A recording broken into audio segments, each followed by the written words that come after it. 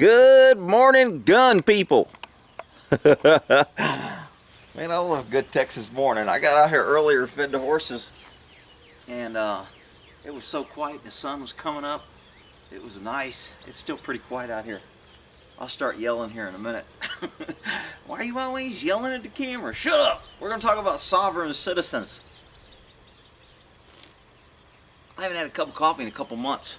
This is my first cup, so this video may get wild. I'm going to throw in a crazy cop story. I might make this a crazy cop story about sovereign citizens, but I got to give you some background on the sovereign citizen freeman kind of action.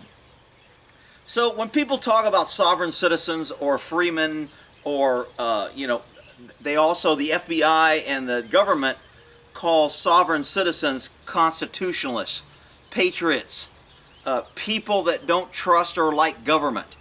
So they group them into these sovereign citizens, and then sovereign citizens are classified as a domestic terrorist group. So a sovereign citizen basically are people who believe that you shouldn't be born into the U.S. government just because you're born here and be subjected to government taxation. And you have to pay taxes, and you become a part of the state, and you become owning the state or owing the state money, taxes, support, loyalty, just because you're born here. That shouldn't be forced on you. So I think they started off maybe as freemen because they believed in freedom. Most of your sovereign citizens are anti-government, anti-police, anti-enforcement, anti-fines. There's been quite a few incidents. I wouldn't say quite a few. I mean, I'm going to say maybe somewhere around 10, where sovereign citizens have actually shot the cops or had shootouts with the cops or escalated into violence with the cops over a traffic stop because they say, I don't need a license. And Sacramento, they say there's a lot of them around there. Anytime you get a liberal city with massive governments, it pushes people to be anti-government and more freedom.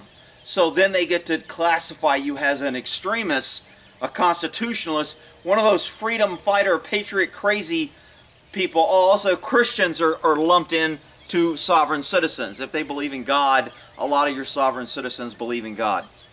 So it's a term that's painted a broad brush, what they tell us not to do with black people or immigrants or Muslims. Can't do that.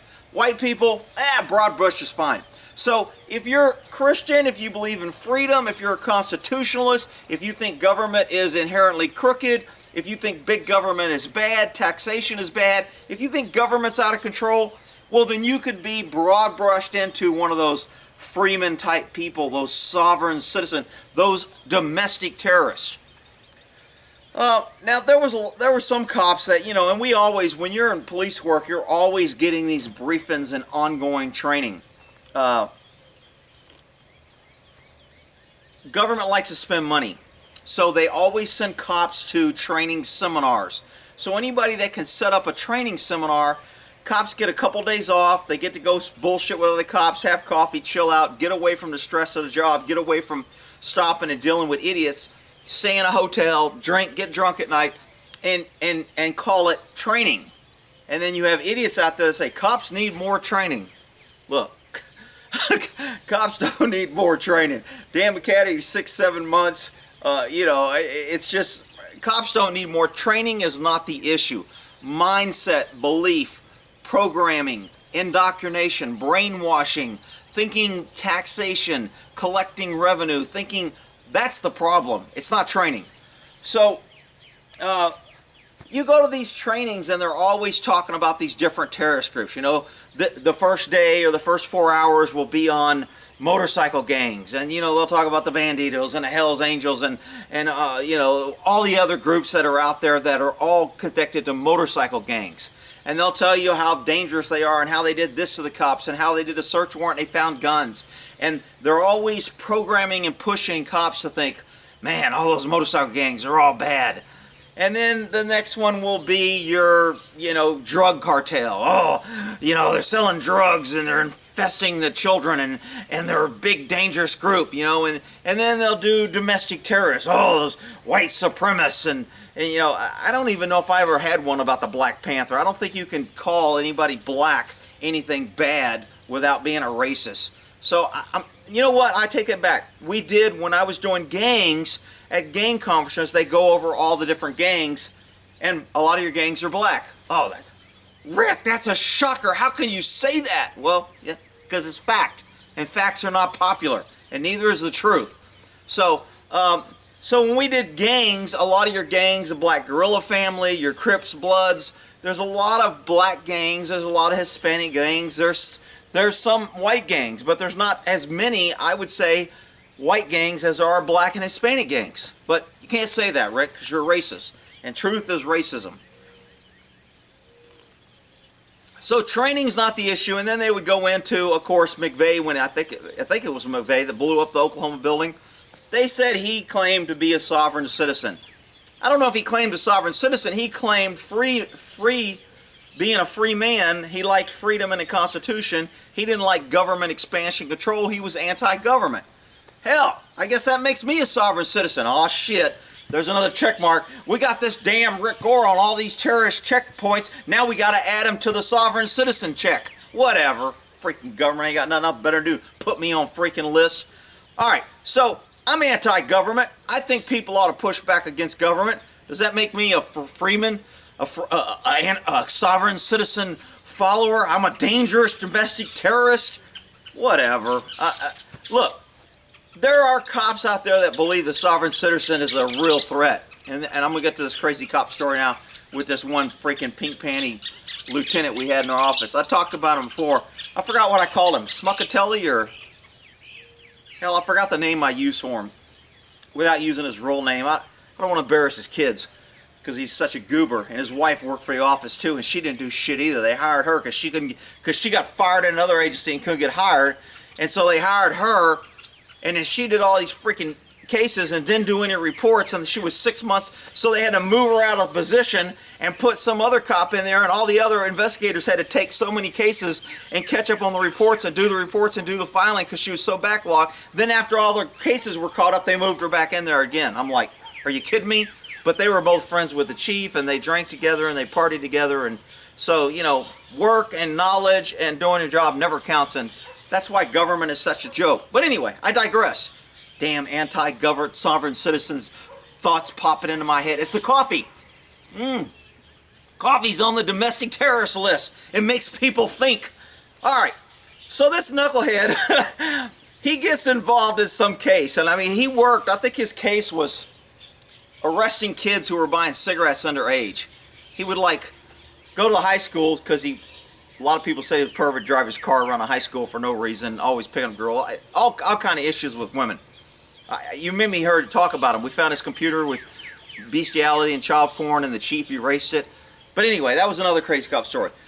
So this same guy would get these girls, usually young girls, and he would pay them and get permission, or they were doing some intern, and he'd give them I don't remember if they got him a fake ID or if they were actually 17. But basically, he would send them in a store, see if they could buy, because California found a new way to get taxes. They got a grant to enforce cigarettes. So they got a whole position to hire this guy and pay him, $100,000 a year to go give stores tickets if they sold cigarettes to somebody underage.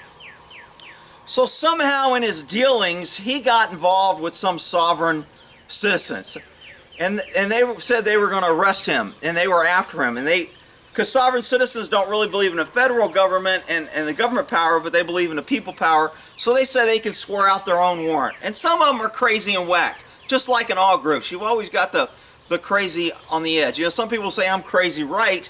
I don't think I'm anywhere near crazy right. And I know most people who are on the left are all freaking crazy left, but they probably think they're in the middle. So these sovereign citizens are... My chicken's coming over here encroaching on me. I already fed it, so I don't know why she's over here other than to get in trouble, because if she starts quacking, I'm going to chase her off. So he gets involved in these sovereign citizens, And he comes to the PD and he's all scared, or not the PD, he comes to the DA's office and he's all scared that they're going to try and arrest him. And he needs protection. So they actually have 2 other investigators. I mean, this is fucking crazy. I mean, this is the same guy that was out on a case. I backed him up and he had his gun on his shoulder holster, which you should never carry a shoulder holster when you're dealing with people, because it puts the gun right there to where all I have to do is reach up and grab it and pull it. And I've got the handle and I can get my finger and trigger and you're screwed. So, I mean, a shoulder holster is very, very unsafe. So, and he was out there dealing with some dude with a knife in his pocket, and he was going to arrest the guy, and he called for backup, and I happened to be closer, and I was like, shit, I don't really want to back this dude up, but I don't want him getting killed thinking that I didn't back him up. And I end up going over there, and I look, and he forgot to put a freaking magazine in his gun. So his gun's sitting there in his shoulder holster with no mag, and he's dealing with the dude, and I'm like, dude, man, why don't you go to the car and check your gun? You're like, I got it, it's right here, I got it. I go, dude, you need to go to the car and check your gun. And he's like, I got my gun, man, what's wrong with you? I said, there ain't no damn magazine in it, go get your magazine. And he starts on the car. Anyway, I digress. So because he's such a freaking idiot, and of course they made him a lieutenant because, you know, he's friends with the chief and whatever. So he wants protection, so they end up signing too. And I think maybe the chief was one of his protected guards when he went out and did something. So he had to have 2 people with him that were armed, because his pansy ass with a gun probably didn't know how to load his damn gun, and they were afraid he'd shoot himself. So they have 2 armed people guarding him. This is government. Now, all these people are making shit 100 grand a year. These are your tax dollars, and people are going to say, they need more training. We need to spend more thousands of dollars to get... It's not a training issue, people. Stop saying that and buying into that. It's a mindset of the government. But anyway, so these sovereign citizens evidently try to ambush him and arrest him in front of them. I remember they call upstairs, they go, yo man, we gotta go downstairs. Stramboli, that's what I called him. Stramboli's downstairs, man, and the freemen are trying to arrest him. I'm like, fuck him, let him take him. Shit, if you're doing us a favor. God damn it, Gore, this isn't funny, this is serious. So we had to go downstairs and kind of show a force and say, dude, you guys gotta go, or we're gonna arrest you. If you put your hands on him, you're gonna get arrested. And they're like, he's under arrest, we got a warrant. And you know, big freaking deal. They end up leaving. Nobody went to jail. This guy was running around scared, and I think he even tried to get the agency to pay to have an alarm system put in his house because to protect him, and he was trying to, and you know what? They probably did pay. I don't know about it. They wouldn't tell anybody, but I know there was rumors that the agency was buying him an alarm system because of the freedmen. I'm like, are you freaking kidding me? But anyway, so that's kind of the stupid shit, and that's how things get blown up. I'm sure he's probably teaching somewhere in some circuit with idiots that don't know any better on how he survived a freeman attack, and they tried to target him, and he had to have bodyguards, and they even tried to arrest him, and if not for his massive training in defensive tactics and gun handling skills, he was able to avert an arrest by the sovereign citizens, the domestic terrorist group that's terrorizing America because they believe in freedom and the Constitution and they're anti-government. Well, shit. Another damn list I'm on. Every time I do a video, I get on a new list. All right, people. Hopefully that's a good morning. There's a little bit of breeze picking up. The wind always picks up after it starts warming up here. Flag's starting to wave. Good morning. No birdies. As soon as I put up those fake birds, I had a little bird out there for like the first day, and then I think he figured out the birds were fake and they weren't real, so he left. But anyway, all right, we'll end that there.